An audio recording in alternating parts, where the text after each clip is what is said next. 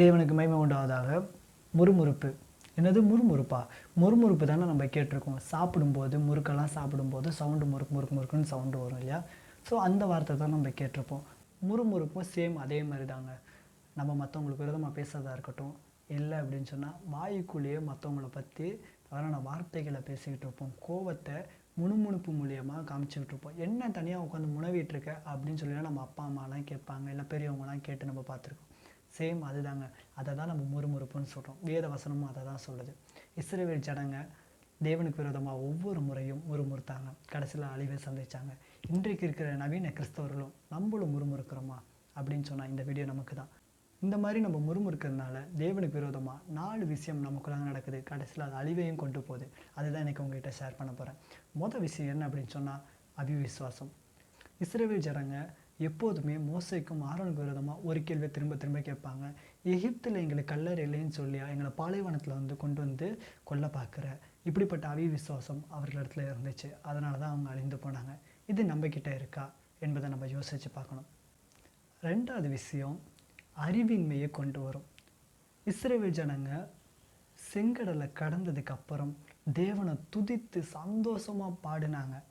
ஆனால் 3 நாள் கழிச்சு மாறான்ற ஒரு கசப்பான தண்ணீர் அண்டைக்கு வந்ததுக்கப்புறம் அந்த தண்ணியை குடிச்சிட்டு அது ரொம்ப கசப்பாக இருக்குன்னு தெரிஞ்சோடனே திரும்பவும் அவங்க முறுமுறுக்கிறாங்க, தேவனை தூசிக்கிறாங்க, கேள்வி கேட்குறாங்க.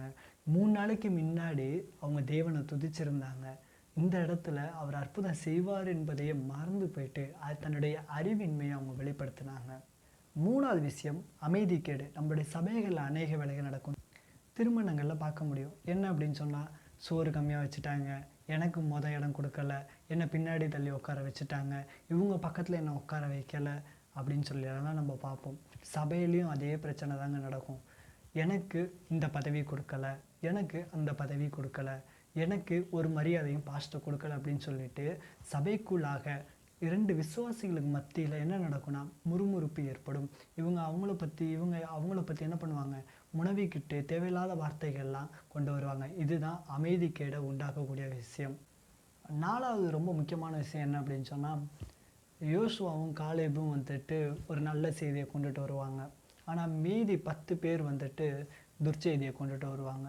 என்ன அப்படின்னு சொன்னால், வேகு பார்க்கறதுக்காக மோசே என்ன பண்ணுவார், இந்த 12 பேரை அனுப்புவார். ஆனால் 2 பேர் மட்டும்தான் நல்ல செய்தியை கொண்டு வந்திருப்பாங்க. மீதி 10 பேரும் பொய்யான செய்தியை கொண்டு வந்திருப்பாங்க. அவங்க எல்லாரும் பலத்திருக்காங்க, அவங்க நினச்சா நம்மளை ஒரே நேரத்தில் கொன்ற முடியும், அவங்கக்கிட்ட நம்ம எதிர்த்து நிற்க முடியாதுன்னு சொல்லிட்டு இந்த 10 பேரும் மனிதர்களுடைய சுய பலத்தை பற்றி பேசினாங்க. ஆனால் அந்த 2 பேர் மட்டும்தான் தேவனுடைய பலத்தை பற்றி பேசினாங்க. ஆனால் அந்த 2 பேர் பேசினது தான் தேவன் அங்கீகரித்திருந்தார். இந்த 10 பேரும் வாதைகளால் கொல்லப்பட்டாங்க. இவங்க முடியாது அப்படின்னு சொல்லி முறுமுறுத்தாங்க. அங்கெல்லாம் போக முடியாதுன்னு சொல்லி மக்களுக்குள்ள ஒரு தவறான விஷயத்தை முறுமுறுத்து பரப்புனாங்க. இந்த ஒரு ரீசன்னால் அவங்களுக்கு வாதைகள் வந்து செத்து போனாங்கன்னு சொல்லிட்டு நம்ம வாசிக்கிறோம். இந்த வசனங்கள் எல்லாமே நான் உங்களுக்கு என்ன பண்ணுறேன், டிஸ்கிரிப்ஷனில் கொடுக்குறேன், நீங்கள் வாசித்து பாருங்கள். ஒருவேளை நம்மளுடைய வாழ்க்கையில் முறுமுறுப்பு இருக்கிறதா? இந்த முறுமுறுப்பு தேவனுக்கு விரோதமானது.